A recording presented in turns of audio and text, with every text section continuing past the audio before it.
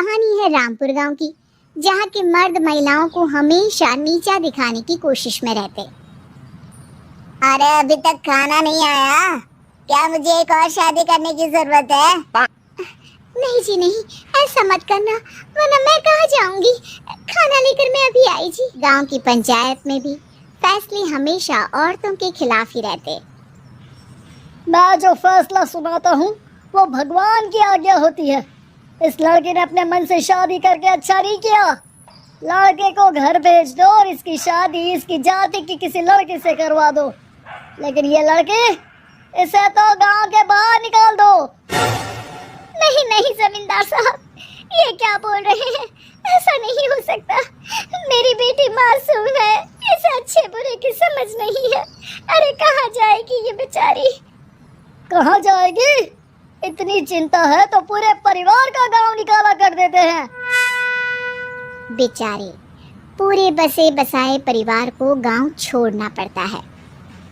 चाहे जो हो, अगर बेटियों को कंट्रोल नहीं कर सकते तो गांव में रहने का कोई मतलब नहीं है। यहाँ औरतों को दब कर रहना होगा।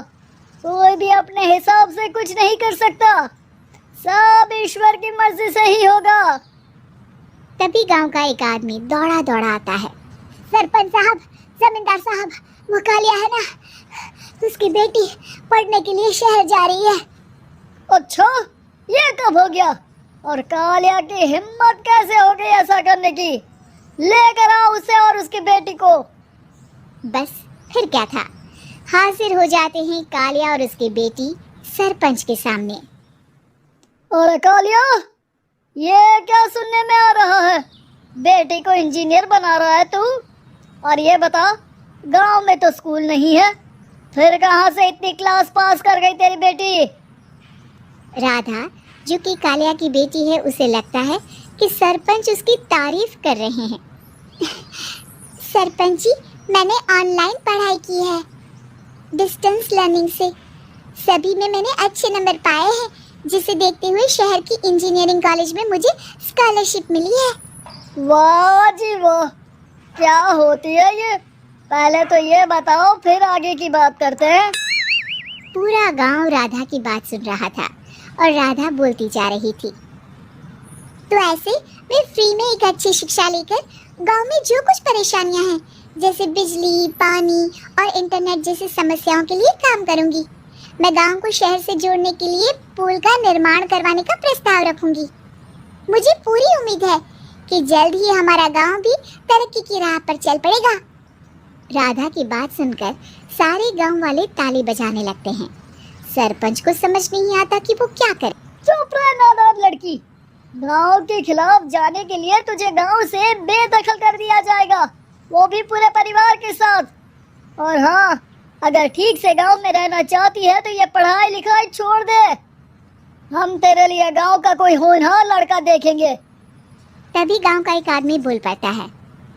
अरे नहीं नहीं सरपंच जी, राधा बिटिया जो बता रही है, अगर वैसा हो जाए तो हम लोगों को पैसा कमाने के लिए बाहर नहीं जाना पड़ेगा।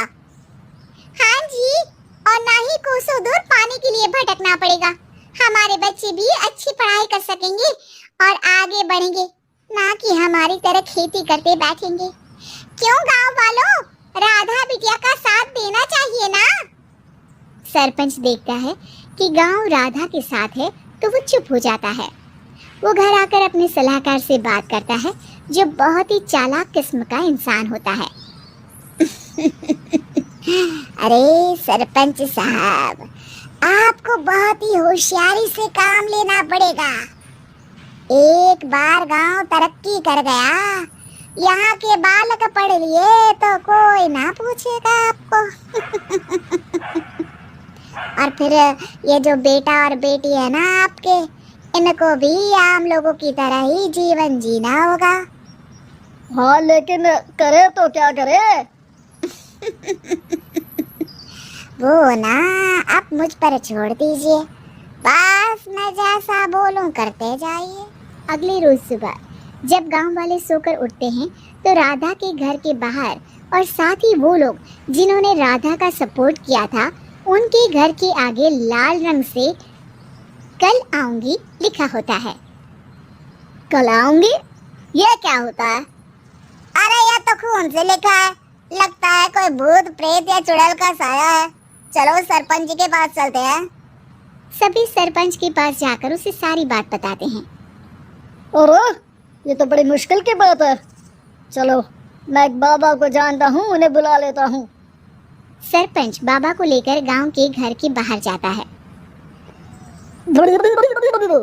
ओहो, तो ये वो चुड़ैल है जो उन लोगों को निशाना बनाते हैं जो गांव को बदलने का सपना देखते हैं। वो गांव को ऐसे ही संपन्न देखना चाहती है।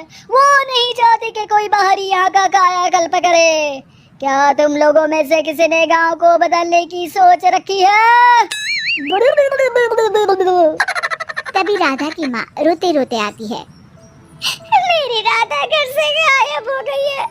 अरे कोई तो बचाओ, मेरी बच्ची कहाँ गई?